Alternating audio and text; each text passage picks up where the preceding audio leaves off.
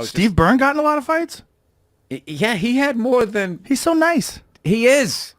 He is, but I don't know what it was. But I remember he was like at the comic strip, and so he did the late night show, and somehow somebody threw a chair at him. I remember it hit him in the head, and he got cut. And then like 2 days later, I go to the comic strip, and somebody had taken his headshot down and put like staples in his forehead where he got hit by the chair and put it back up. I guess back when you could do stuff like that, he could just tease somebody, you know.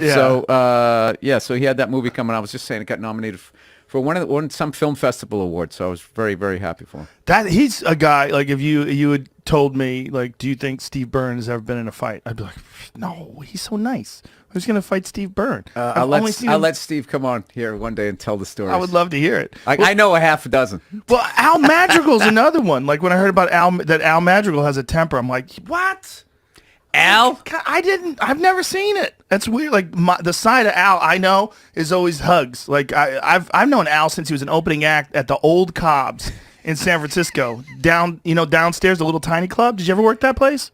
No, I did. I've done the regular. I didn't know there was another one. The Old Cobb's was tiny. It was a little tiny place. It was like, there was Tom Sawyer, the guy who ran the second Cobb's.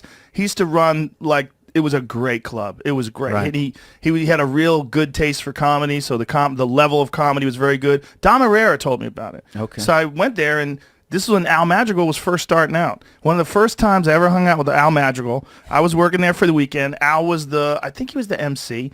And after the show, he and I went over to, I think it was his brother's house, and we got super baked and watched old Oprah Winfrey episodes. It was Oprah back when it was Big Hair Oprah. Remember Big Hair Oprah? I remember Crazy Show Oprah. That was the show. She Yeah. had like KKK people, and there was like white plastic chairs. Midgets and all kinds of crazy shit. Yeah. That was what Oprah was. And we were just barbecued, smoking out of a bong like high school kids. Right. Watching Oprah Winfrey. That's how, this Big Hair Oprah. Old school. Oh, wow. Old school. I don't remember. Well, that's when she was probably just in Chicago, right?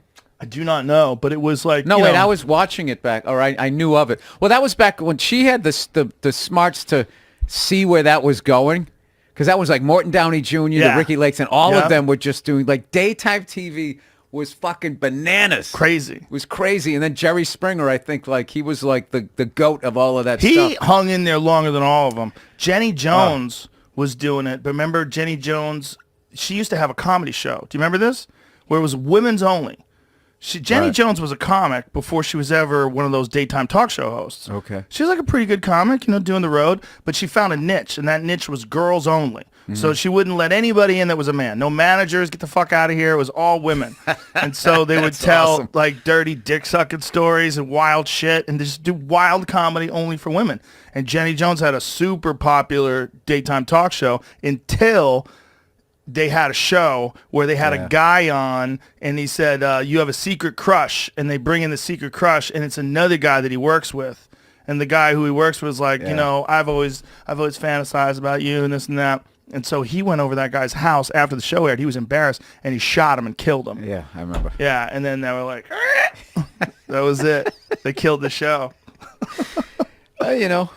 It happens. Music, there's everything like that. That was the end of the disco era, I guess, of the talk shows. But with Al Madrigal, like, I can't imagine that he had a temper.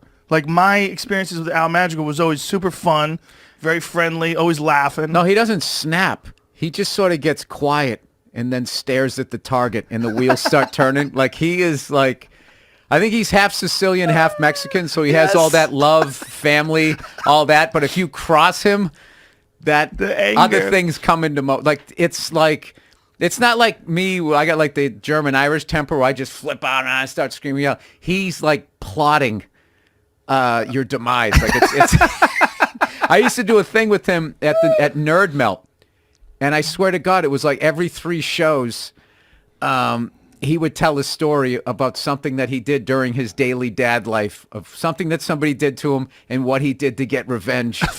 And and as he's telling it, he's not in the mindset. So he's like, okay, so they did this. And so I was like, okay.